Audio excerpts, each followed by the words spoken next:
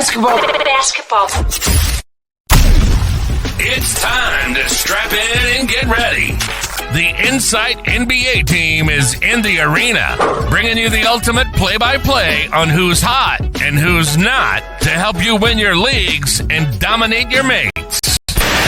You're now hooping with your hosts, Matty G, Skiddy, and Malley for the Insight NBA show.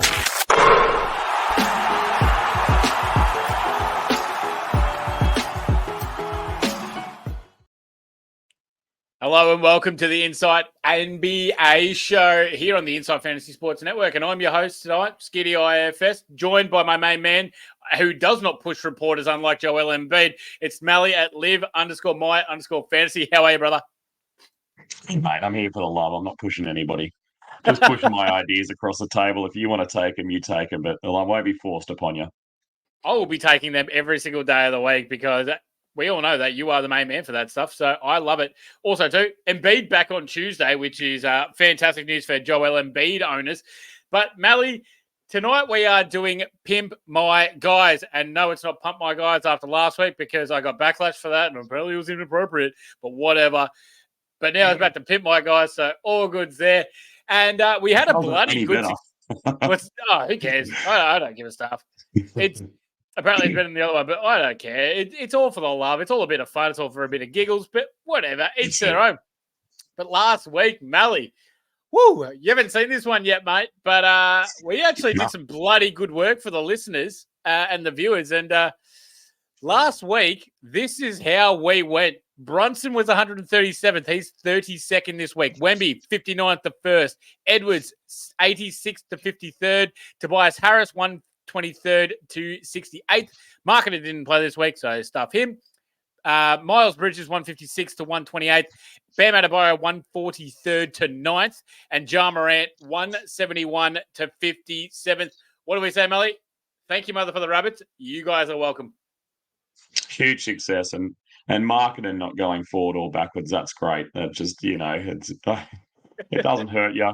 I like that one. But Bam going into 9th after being nearly at 150. That's a nice feeling. Oh, absolutely it is. It has nothing to do with the fact that he's averaging 3 steals per game this week, 2 blocks, 11.5 rebounds, 20 points per game, shooting at 44%. So, yeah, he could have been a bit higher, really. But we love to say that from Bam. We only have so much magic, though. We didn't want to use it all in the first week. We've got to space it out. It's a big season, and there's going to be a lot of guys who need rockets. That is so bloody true. But also, too, the day after the day of that our last week episode released, Ja Morant got a triple double and Wemby win a 5x5. So obviously the magic was probably there for the starting one, but I think we should probably get stuck into this week's episode of Pimp My Guys. And if you guys want us to pimp any of the guys that you need, you can DM me at SkiddyIFS or Malley at live_my_fantasy, or even in our Discord, you can jump on in there. That's where 2 of them have come from tonight, Malley. So we'll be doing the shout-outs for those boys to make sure we get those guys up for them. We start off tonight, Malley. Guy that's been taken, he was probably in the second round of drafts, and he was a first round guy for the start of this season. But he was 111th last week, and that's Chet Holmgren from the Oklahoma City Thunder. 11.3 points, 8.5 boards, 2 assists, 0.5 steals, 2.3 blocks, 1 3, 81 free throws, 38 field goal percent, and 4 turnovers. Absolutely hurting you from those categories there, Malley. Are we worried? Yes and no. I think when you look back, put that screen back up there, because when you look at some of those numbers, things like blocks, I guess, again, he's doing really well at it, so I'm just using this as an example, but things like blocks, I guess, I was going to say there's an infinite amount of them. There's no cap on how many you can get. I guess there is a cap on how many you can get because it's how many the other team are going to release towards the rim and you to get in the way before it starts heading southbound into the net. But if you look at the assists, for example, something that, we'd like to see, it would be nice if we could double. If they could get up to the 4 mark, that would be very competitive for a big man in the league. But there's just not as many to go around. You look at even Shea at the moment is struggling a little bit. you've got Williams like dishing them out. Like he was nearly a triple double today. I think he was 10 rebounds and 9 assists. Yep. So you've got like multiple. You got no real point guard, but then you've got a lot. I kind of like Orlando, where you've got a lot of just guys who run the point out of a point guard position. Like just guys who distribute, guys who set other people up. So that's a thing there. Maybe that can improve, and maybe he'll just have his weeks. Like I don't think he's ever going to be a steady source of assists, but 2's a bit rough. The steals, that's a little bit worrying because that's something that he wasn't too bad at last year. And to see that anywhere underneath 1 is pretty grim, especially at the moment where you look across the league and it's still got very much the feels of the preseason where like people you'd never heard of are getting like 5. Shit out Dyson Daniels. In the ball. Yeah, exactly. So, I think there is worry. And I think so many people took him in that top 12 or at absolute minimum in the second round. So people might be getting a little bit worried, but don't worry, we'll fix them up. Yeah, bloody oath, mate. I think the thing that I'm finding most encouraging about Chet, looking at that, is 4 turnovers. That means he is trying to bump his assist rate up because his assist rate was at 2.4, 2 this week, but his turnovers have gone up. So I feel like they're trying to maybe use him as a bit more of a hub, which is really, really nice for OKC and would be fantastic for Chet owners. As long as the blocks stay high as well, I think we can keep seeing that okay. If the field goals come back up, points are going to come up. One guy that's probably going to hit another closer home after we pumped up Tobias for our boy G Weasel last week. Going to do it again because we all know how much he loved D'Angelo Russell coming into this season, Malley. But D'Lo's been down this week, ranked 142nd, 14 points per game, 2.3 rebounds is shite. Assists is 5.7, 1 steal, which is nice. No blocks, we're not expecting anything there. 2.3 threes, 83 from the line, but 38 from the field and 2 turnovers. He had a couple of sinkers and really made it really hard for us fantasy owners that have him to be able to be happy with him. He played a little bit better today, but also too, as a betting point of view, I got him for $1.30 to score 10 points the other day, which was mwah, and he still shot 3 of 14, but at least he got there. Yeah, he's they seem to be limiting his minutes as well. Like they're obviously leaning really hard into Reeves, and I think that D'Angelo is kind of suffering a little bit there. He might be all right, especially with AD out. Like there's such AD does so much that that trickles down, and everybody gets to suckle on the Lakers' teeth there when he goes out. Nice and graphic for you. But yeah, I've never been massively high on him. I know that Matrix is a big time fan of his, so he won't hear a bad word against him. And he also kind of does this where he was almost like Jalen Green from last season, where you're like, oh man, he's leaving the roster. Like this is bad news. Like it's time to just get rid of him. And then all of a sudden he's like their leading scorer, and you're like, oh, here we go again. And Reeves does that too, where he just like fades to nothingness, and you're like, oh, they don't care about this guy. And then he just comes exploding back. So you got a guy like Reeves who you can basically pencil down for 15, 5, 4, and a couple of steals and a couple of threes every game. And then you've got D'Angelo, who'll probably average the same numbers, but he'll do it like on huge nights and then nights where he goes completely missing. And I never like my players like that. Yep, I can definitely agree with what you're saying there. They are very fluctuational, but the first point you made was the nail on the head. His minutes being fluctuation. He's gone from, I think it was 24, 33, 30, and then 24 again today. Blowout today. So are they just not trusting him in certain situations? I think that's they're more than happy with having LeBron just running the ball and Reeves, as you said, and they're just like, well, we don't need D'Lo's shit defense. We need a bit more defense out there. And the elephant in the room clearly is they're just trying to make way for Bronny. So, so they're just trying to fade him. And Bronny's just going to be like, I could do some defense if anyone needs it. And their coach, LeBron James, might say, I know a guy. He's just over there sitting on the end of the bench. I love the post today where the Bleacher Report were trying to suck off Bronny as much as they always do. And they go, oh, Bronny guarding Scottie Pippen. You didn't guard him. Scottie Pippen ran straight to the rim and scored on it. That's not guarding, but whatever. One man that we're shouting out to one of the boys in the group as well, OG Bucker, Kade Cunningham. Oh, boy. He said we need to get a rocket up of Kade, and I could not agree more. 152nd this week, and that is including the triple-double that he got today, Malley. So that's how piss poor he was prior to this game. He's gone 19.5 points, 8.3 rebounds, 8 assists, no steals, had not gotten a steal this week, 0.3 blocks, so his defensive stats are shot. 1-3, 60% from the free throw line is the big reason there. Field goal percentage of 47 and 3.3 turnovers. Obviously, the free throws are the main reason why he's down this far. No defensive stats, but that's all right. Just need to bump those numbers up, and we will get Kade Cunningham that we know and love. 3.3 turnovers, I think, is actually, even though it's in red there, because it's poor as far as the league goes. I think for Kade, that's pretty good. I mean, I wouldn't be surprised if we look back later and it's like 5.1 and you're like, yeah, it could be worse. As I like to say, but like he's had 2 triple doubles, just triple doubles. I think both of them being 10 rebounds, 10 assists, but triple doubles nonetheless. 17, 11, and 11, and then 20, 10, and 10. 11, 11. Thank you. Sorry, it was over. And you're right. I think what's bumping him down so much, keeping him poor in the rankings, is his lack of defense. Even if he could get a steal a game, imagine how far that's going to jump him, 40 spots automatically just by averaging a steal a game. And I don't know, like if I was a Kade owner, I'd be pretty happy. Yeah, sure, we can try and stick a rocket up him and see what he'll do. But I don't know, like averaging a triple double and anything. I mean, he's nearly a quadruple double some nights with his turnovers. But I think that's kind of going to be how it is. I feel like the assists and rebounds might come back down to 7, 7.5 a piece, and then those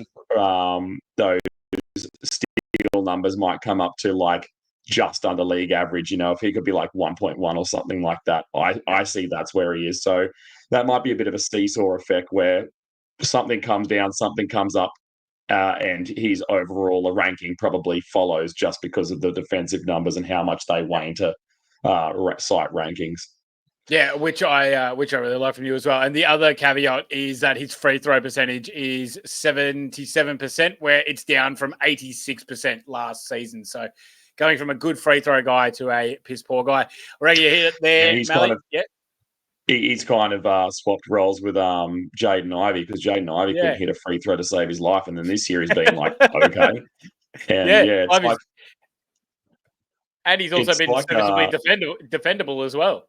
Yeah. It's like the Detroit signed a deal with the Devil, but the Devil was like, look, there's some things I'm not going to let go. I don't care who you give it to, but one player on your team still has to lose their free throws. I want someone on the team who, thank you very much for making sure that Duran can't defend squat, even though he's got his blocks up this year. So not that he's a better defender, but at least he's better at getting blocks.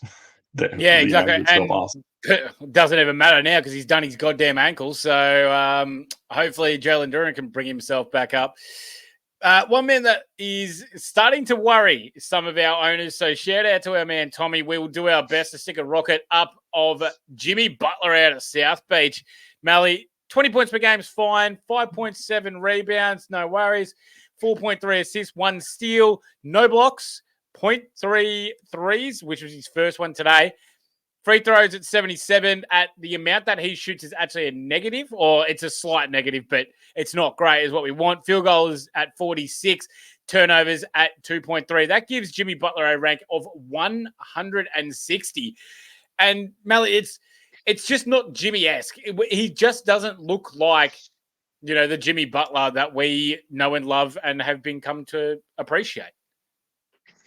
Yeah, I think he'd try and be taking more threes. I mean, he is taking more than he probably was a few years ago. But at the end of last season, he was trying to take a lot more. He hit an absolute cracker from that. Must have been what pushed him from 0 to 0.3. He hit an Yep. absolute cracker in the corner the other day. I forget who was on him, but like he did like a 5 count just sitting out there in the corner, and he was like, "All right, I'll see what I do," and it just went in so flush. So it's wild. Like it's someone who hasn't followed him, because I don't have him on my team this year, but have watched a fair few Miami games. I'm like, oh man, like you never think Jimmy Butler's going to be a big 3-point guy, but in that game he looked clean as. Yeah. The steals are still not too bad. The blocks, as you said, are kind of worrying. And the free throw percentage, as you said, it was at 77, Yeah, which so is 77, 73 for the year from a guy that was 85 for the last 3 years. and because he goes to the line so often, that really hurts you, 8 a game. So 77. Yeah, for a guy who goes to the line once or twice, it wouldn't matter. But when he's heading there 8 times a game, Yeah. and like a lot of his injuries have come from banging in the paint. He runs in there and then someone treads on him and like his whole body explodes. You'd think he might try and take a few more threes, but I guess it's hard to teach an old dog new tricks. Like he's probably realized it's too late in the game. He's no Brook Lopez. He can't just go, I'm a 3-point shooter now and go for it.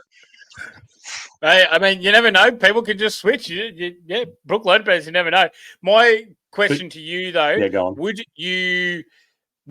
So Kade, you're obviously holding. We're holding Chet, obviously. But D'Lo and Jimmy, would you be selling high? Would you be looking to move on? Or would you get D'Lo, Jimmy, any of those? Would you be happy to shift off? Well, you'd obviously, if you try to do any sort of sell high on what's his name, D'Lo, you're going to have to wait till he puts 2 good games back to back. You can't go one, then bad, then good, then bad, because no one wants to touch that.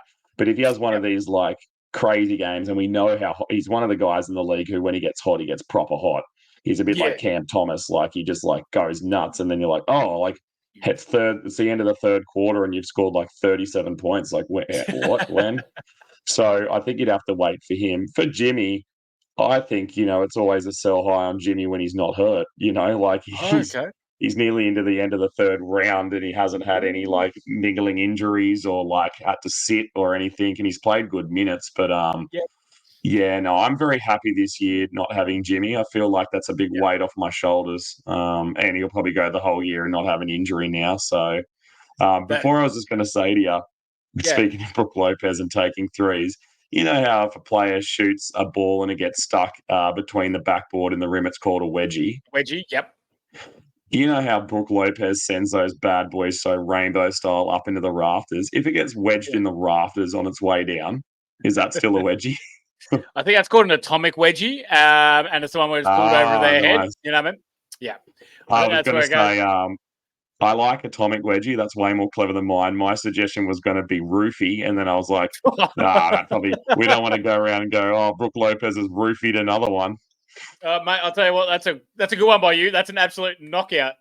Hey, let me quickly ask you though, if someone offered you, let's say, Cam Johnson's currently 56th overall this season for Jimmy Butler, would you take it?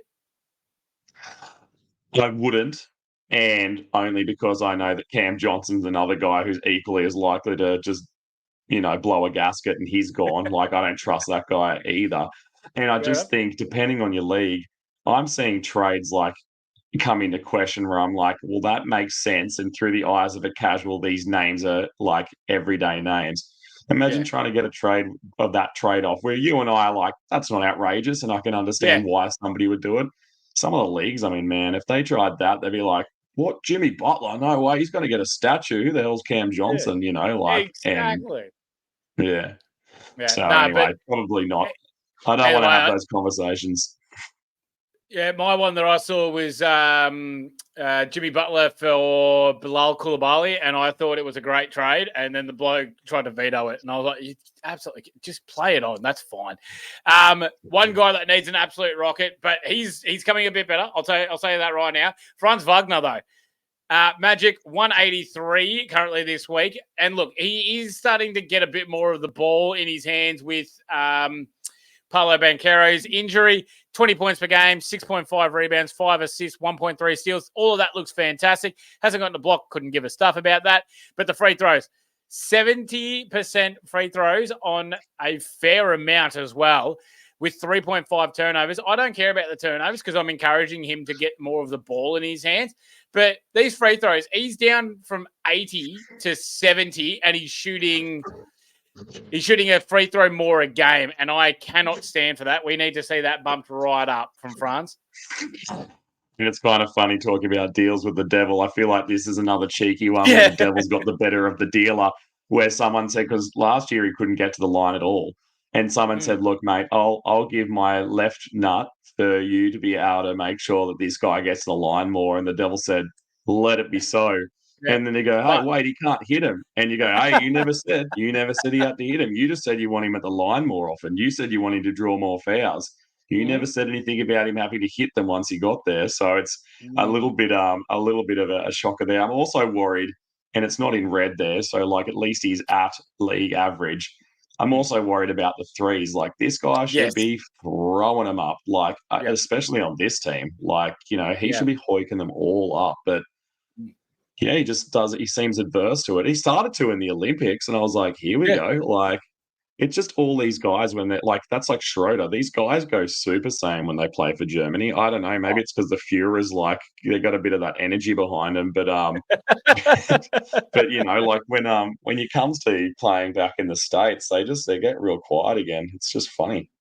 FIBA basketball is different, but also too, shout out to FIBA legend Patty Mills. You know how fucking good he is in the Olympics, so we love to say that. But Franz, turnovers just needs to get those down. It's up one. As we said, the free throw percentage, get that right back up, and we'll be laughing and have no dramas, Franz. So keep doing you. Yep. But Malley, I think this could be the one that I need. Obviously, we're not trading. Holding Franz, especially at the moment while Paolo is out. This is one guy that I am very worried about. And no, it's not because I'm an underage girl. No, it's because it's Josh Giddy. Look at the Reds here, Malley. 12 points. He's ranked 307th this week. 307th. Points are at 12. Rebounds at 3.7. His assists and steals are good. That is good. Steals are up, which is even better. Blocks 0, threes 0.7, which is disgusting. Free throw percentage at 61, field goal percentage at 35, and turnovers at 4. Josh Giddy, get better because this is a travesty. And I so far, early days still, but I was really wrong on this guy. I thought the minutes would increase from being over at OKC. I thought he would get more rebounds because Vooch is basically the only one who really grabs them. And I thought they'd be letting him, like they'd get Vooch to box out. They let him grab them and shoot up the floor and then set up offense. But it hasn't been that way.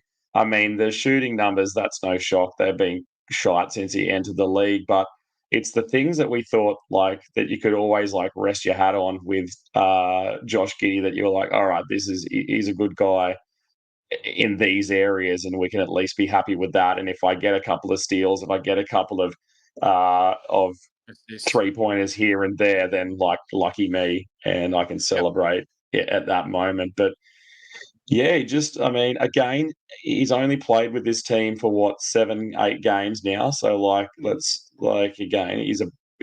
you look at some of the other guys, you say it's only been 8 games, and you're like, well, at the same time, they've been on this team for the last 5 seasons. So you know, it's not settling. It's not settling in pains. But yeah, I'm all right. I'm just gonna I've got him in a league. I traded him another, but I've got him in a league, and you know, in a league that my percentages I'm not terribly worried about, and I think he's just still getting the job done. So I have faith. Fair enough, mate. Well, here's the big caveat. His free throw percentage is down from 80% last year to 61 this year, so he needs to bump that up. The field goal percentage is at 35 this week, so at 43 for the year, so he needs to be better there. The steals are nice, though. The assists are still okay. But the rebounds, he's gone down by 3 this week. And Patrick Williams' rebounds have gone up this week, so that's a bit of a worry for me. Giddy's minutes, 27 today, today, I think, against Dallas. Yeah, but that was a blowout, so who cares? But 30s, around the 30 mark. It's just that free throw that's really, really worrying me because he's on four attempts a game and he's shooting at 61%. That is dog shit. So Giddy really needs to bring it up there. He might have to go for the Sohan, like the shot put, just because Sohan's out at the moment. Someone can do it. Mason Plumlee opposite hand. That one worked out pretty well for him. Yep. Or the this is a bit of a throwback reference. The Hey Arnold. The granny shot, the Rick Barry. Between the knees and just kind of like throws it up to the heavens. I love that one. Oh yeah, granny shot's an absolute ripper. Hey Arnold is an absolute banger by you. Well done there. Yeah, I'm stoked about that reference. Mate, far out. We deserve more for that Thursday night. And also, who deserves more? I'll tell you that much, Malley. That is our boys at the Santa Squeeze, doing us always. Our day ones. I've got the 4-in-1 here. Every single night, every single morning. They are the absolute creme de la creme, the number one. They are equivalent to the 9-0 Cavs right now. Shout out Cavs. Yeah, boy. But yeah, that's another week done for us this week, Malley. Hopefully we have another good week like we did last week. And again, also too, I had a honourable mention for our man G Wizzle. He wanted Freddie Van Vliet, but Fred absolutely took the piss today, and he was ranked 120 something yesterday. He's 50th today because he went, well done, Freddie. So, G, I'm just I don't think I need to say anything for Fred. Is Freddie getting blocked this season? That's a great question, actually. Let me check I have a weird feeling that if he does, it might be one, but he just hasn't blocked. There used to be something he'd be getting one a game. It's wild. Yeah, no, that was one of his caveats. So he's averaging 0.5. There you go. That's for this week. He's gotten 2 blocks this season. Yeah. He used to be able to get 2 blocks in 2 games. Yeah, exactly right. But his steals are up. His steals are up to 1.6 from 1.4. Blocks are down from 0.8 to 0.3. But yeah, today's game, he went 21, 7, and 10 with 2 steals on 90% shooting. So, gee, I can't do it to Freddie. He's done absolutely fantastically. Malley, thank you very much for joining me tonight on the Pimp My Guys episode. Hopefully, we can get more guys up. And why don't you take us out, mate? Yeah, just remember, it can't get any worse, boys and girls. This is it. It can only go up from here, ladies and gentlemen. See you in the next one.